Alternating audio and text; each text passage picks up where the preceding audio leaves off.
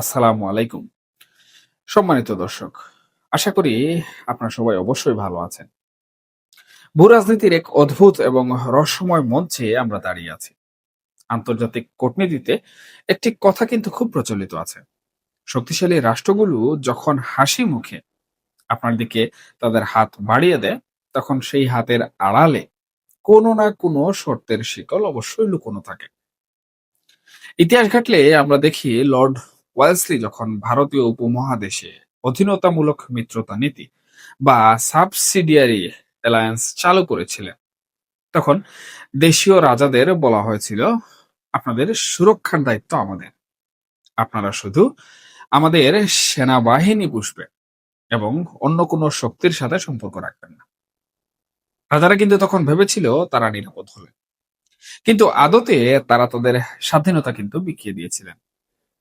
আজ এই ২১ শতকে এসে ঠিক যেন সেই একই ইতিহাসের পুনরাবৃত্তি আমরা আবারও দেখতে পাচ্ছি, তবে সেটা নতুন এক মোড়কে। সম্প্রতি মার্কিন প্রেসিডেন্ট ডোনাল্ড ট্রাম্প আমাদের নবনির্বাচিত প্রধানমন্ত্রী তারেক রহমানকে একটি অভিনন্দন বার্তা পাঠিয়েছেন। একটি ঐতিহাসিক বিজয়ের পর বিশ্বের ক্ষমতাধর রাষ্ট্রের কাছ থেকে এমন একটি বার্তা পাওয়া কিন্তু খুবই স্বাভাবিক বিষয়। কিন্তু আপনারা যদি একটু গভীরভাবে এই চিঠির প্রতিটি শব্দ, প্রতিটি বাক্য বিশ্লেষণ করেন, তবে কিন্তু দেখবেন এটি নিছক কোনো শুভেচ্ছা বার্তা নয়। এর পরতে পরতে লুকিয়ে আছে এক প্রচ্ছন্ন হুঁশিয়ারি, এক কঠিন সতর্কবার্তা।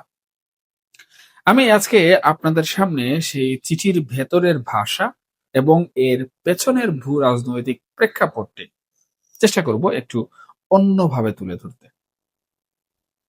দেখুন, চিঠির শুরুতেই ডোনাল্ড ট্রাম্প অত্যন্ত সাবলীল ভাষায় দুটি দেশের অংশীদারিত্ব, পারস্পরিক সম্মান এবং ইন্দো প্যাসিফিক অঞ্চলে শক্তিশালী ও সার্বভৌমত্ব রাষ্ট্রগুলোর সমৃদ্ধির কথা কিন্তু স্মরণ করিয়ে দিয়েছেন।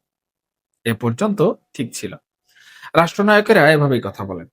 কিন্তু চমকটি আসে ঠিক এরপরেই। বাণিজ্য সম্পর্ক এগিয়ে নেয়ার তাগিদ দিয়ে ট্রাম্প হঠাৎ করেই প্রতিরক্ষা সহযোগিতার প্রসঙ্গটি টেনে আনেন।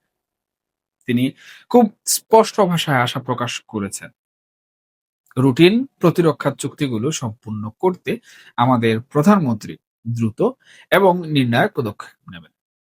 এর মূল উদ্দেশ্য কি? উদ্দেশ্য হলো আমাদের সামরিক বাহিনীকে শেষ পর্যন্ত অত্যাধুনিক আমেরিকান সরঞ্জাম ব্যবহারের সুযোগ করে দেয়। শুনতে খুব চমৎকার মনে হচ্ছে, তাই না? এই তো মুদ্রার উল্টো পিঠটি একটু ভেবে দেখুন। এর মানে হলো আমাদের সামরিক বাহিনীকে কৌশলে একটি নির্দিষ্ট বলয়ের মধ্যে বেঁধে ফেলা হচ্ছে। এর মধ্যে সবচেয়ে অবাক করার মতো বিষয় হলো, ট্রাম্প তার এই চিঠিতে বাংলাদেশে নিযুক্ত মার্কিন রাষ্ট্রদূত ব্রেন্ট ক্রিস্টেনসেনের কথা আলাদাভাবে উল্লেখ করেছেন। তিনি বলেছেন, এই রাষ্ট্রদূতের উপর তার পূর্ণ আস্থা রয়েছে। একবার ভাবুন, কোন একটি রাষ্ট্রের সরকার প্রধানকে দেয়া অভিনন্দন বার্তায় অন্য একটি দেশের রাষ্ট্রদূতের নাম এভাবেই কি উল্লেখ করা হয়? সাধারণত নয়। ২০১৮ সালে যখন শেখ হাসিনা সরকার গঠন করেছিলেন, তখনও কিন্তু ডোনাল্ড ট্রাম্প ক্ষমতায় ছিলেন এবং তিনি চিঠি দিয়েছিলেন।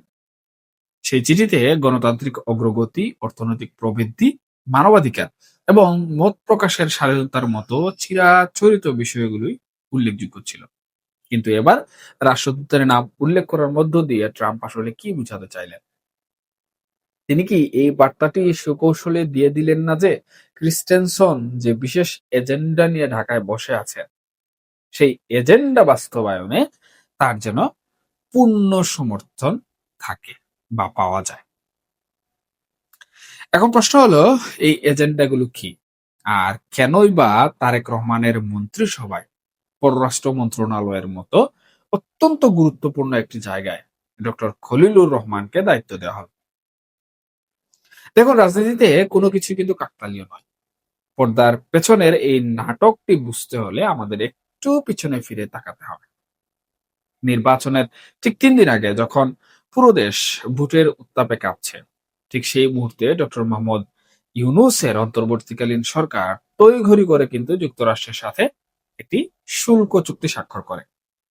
অনেকেই হয়তো ভেবেছিলেন এটি একটি রুটিন কাজ, কিন্তু এই একটি চুক্তির মাধ্যমেই মূলত আসন্ন বিএনপি সরকারের ডানা আগে থেকেই ছেড়ে ফেলা হয়েছে।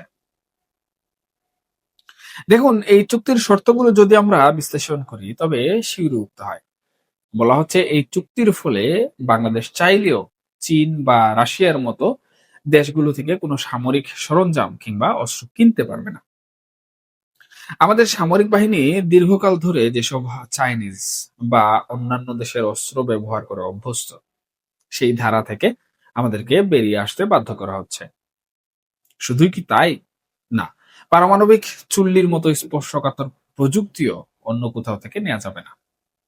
যদি বাংলাদেশ এই চুক্তির লঙ্ঘন করে বা বিকল্প কোনো উৎস থেকে সরঞ্জাম কেনার চেষ্টা করে, তবে এর পরিণতি কি হবে?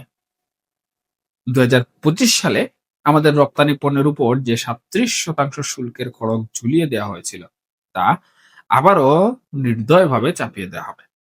অর্থাৎ আমাদের অর্থনীতির সবচেয়ে বড় চালিকা শক্তি যে তৈরি পোশাক খাত, তাকে কিন্তু আক্ষরিক অর্থেই এখানে জিম্মি করা হয়েছে।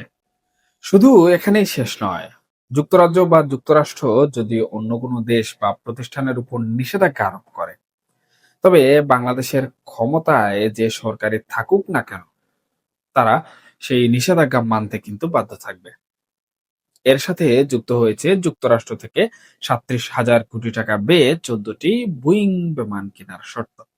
এই যে শর্তের পর শর্ত দিয়ে আমাদের বেঁধে ফেলা হলো, এটি কি স্বাধীন ও সার্বভৌমত্ব রাষ্ট্র হিসাবে আমাদের মর্যাদাকে ক্ষুণ্ণ করে না? ডক্টর ইউনূসের মতো একজন নোবেল বিজয়ী, যাকে আমরা সবাই অত্যন্ত সম্মান করি, তিনি নির্বাচনের ঠিক আগ মুহূর্তে কেন এমন একটি চুক্তি করে গেলেন, তা নিয়ে ইতিহাসের কাঠগড়ায় একদিন হয়তো চুলচেরা বিশ্লেষণ অবশ্যই হবে। কিন্তু বাস্তবতা হলো, তিনি তারেক রহমানের নতুন সরকারের জন্য এমন একটি কাটার বিছানা তৈরি করে রেখে গেছেন, যা পার হওয়া কিন্তু অত্যন্ত দুরূহ এবং কষ্টসাধ্য। অনেকে বলেন ডক্টর খলিলকে পররাষ্ট্রমন্ত্রী করা হয়েছে তার ব্যক্তিগত কারিশমা বা এই শুল্ক চুক্তিতে তার সফল দর কষাকষির কারণে। কিন্তু ভূ রাজনীতির এই নির্মম খেলায় যারা নজর রাখেন, তারা জানেন যে দুর্বল রাষ্ট্রের মন্ত্রীদের নিয়োগ অনেক সময় কিন্তু পরাশক্তিগুলোর অদৃশ্য সুতোর টানে হয়ে থাকে। ডক্টর খলিলকে এই পদে বসানো মূলত সেই চুক্তির শর্তগুলো অক্ষরে অক্ষরে পালন করা এবং মার্কিন বলয়ের ভেতরে বাংলাদেশকে শক্তভাবে আটকে রাখারই একটি কৌশলগত অংশ। তারেক রহমান হয়তো এখানে অনেকটাই বাধ্য হয়েছে। একটি সদ্য নির্বাচিত সরকার, যাদের সামনে একটি ভঙ্গুর অর্থনীতিকে দাঁড় করানোর বিশাল চ্যালেঞ্জ, তারা চাইলেও কিন্তু রাতারাতি এই সকল পরাশক্তির এমন প্রবল চাপ কোনোভাবেই কিন্তু উপেক্ষা করতে পারবেন। দেখুন, ইতিহাস কিন্তু আমাদের শেখায়, যখন কোনো জাতি অন্য কোনো শক্তির উপর মাত্রাতিরিক্ত নির্ভরশীল হয়ে পড়ে, তখন তার নিজস্ব সিদ্ধান্ত নেয়ার ক্ষমতা কিন্তু ধীরে ধীরে লোপ পায়। স্নায়ুযুদ্ধের সময় আমরা দেখেছি কিভাবে তৃতীয় বিশ্বের দেশগুলোকে দুই পরাশক্তি নিজেদের দাবার গুটি হিসাবে ব্যবহার করেছে। আজ হয়তো স্নায়ুযুদ্ধের সেই পুরনো রূপটি নেই, কিন্তু অর্থনৈতিক ও সামরিক আধিপত্য বিস্তারের লড়াইটা কিন্তু রয়ে গেছে। বাংলাদেশ তার ভৌগোলিক অবস্থানের কারণে আজকে সেই লড়াইয়ে কেন্দ্রবিন্দুতে পরিণত হয়েছে। একদিকে চীনের বেল্ট অ্যান্ড রুট ইনিশিয়েটিভ, অন্যদিকে যুক্তরাষ্ট্রের ইন্দো প্যাসিফিক স্ট্র্যাটেজি। এই দুই প্রবল স্রোতের মাঝখানে দাঁড়িয়ে একটি স্বাধীন পররাষ্ট্রনীতি বজায় রাখা কতটা কঠিন, তা কিন্তু আজ আমরা হাড়ে হাড়ে টের পাচ্ছি এবং পাব। ডোনাল্ড ট্রাম্পের এই চিঠিটি আসলে তারেক রহমানের প্রতি কোনো সাধারণ অভিনন্দন বার্তা নয়। এটি মূলত একটি স্মারকলিপি, এবং এটি মনে করিয়ে দেয় যে আমরা তোমাদের দিকে নজর রাখছি এবং আমাদের দেয়া শর্তগুলো তোমাদের অবশ্যই মানতে হবে। এখন দেখার বিষয় হলো, আমাদের নতুন সরকার এই প্রবল চাপ কিভাবে সামাল দেয়। তারা কি শুধু স্রোতে গা ভাসিয়ে দেবে, নাকি জনগণের শক্তিতে বলীয়ান হয়ে দেশের স্বার্থকে সমুন্নত রাখতে তাদের নিজস্ব কৌশল অবলম্বন করবে? দর্শক, দেখুন, একটি দেশের উন্নয়ন শুধু বড় বড় ফ্লাইওভার বা জিডিপি প্রবৃদ্ধি সংখ্যার উপর নির্ভর করে না, বরঞ্চ আত্মমর্যাদা নিয়ে মাথা উঁচু করে দাঁড়ানোর উপর নির্ভর করে। আমাদের সামনে এখন কঠিন সময়। একদিকে অভ্যন্তরীণ রাজনৈতিক ও অর্থনৈতিক সংস্কারের পাহাড় সম চ্যালেঞ্জ, অন্যদিকে আন্তর্জাতিক কূটনীতির এই গোলকধাঁধা। তারেক রহমানের এই পথ চলা কুসুমাকীর্ণ হবে না, তা বলা যাচ্ছে। তবে আমরা বিশ্বাস করতে চাই, ইতিহাসের এই সন্ধিক্ষণে দাঁড়িয়ে আমাদের এই নেতৃত্ব এমন প্রজ্ঞা ও দূরদর্শিতার পরিচয় দেবে, যা আমাদের এই স্বাধীন ভূখণ্ডকে কোনো নব্য অধীনতামূলক মিত্রতার দিকে আবদ্ধ করবে না। আজকের মতো বিশ্লেষণ এখানেই শেষ করছি। আপনারা সবাই ভালো থাকবেন, দেশের ক্রান্তি লগ্নে সজাগ দৃষ্টি রাখবেন, সুস্থ থাকবেন এবং অবশ্যই অবশ্যই নিরাপদে থাকবেন। আপনাদের কোনো মন্তব্য থাকলে অবশ্যই কমেন্ট সেকশনে জানাবেন। ধন্যবাদ সবাইকে। আল্লাহ হাফেজ।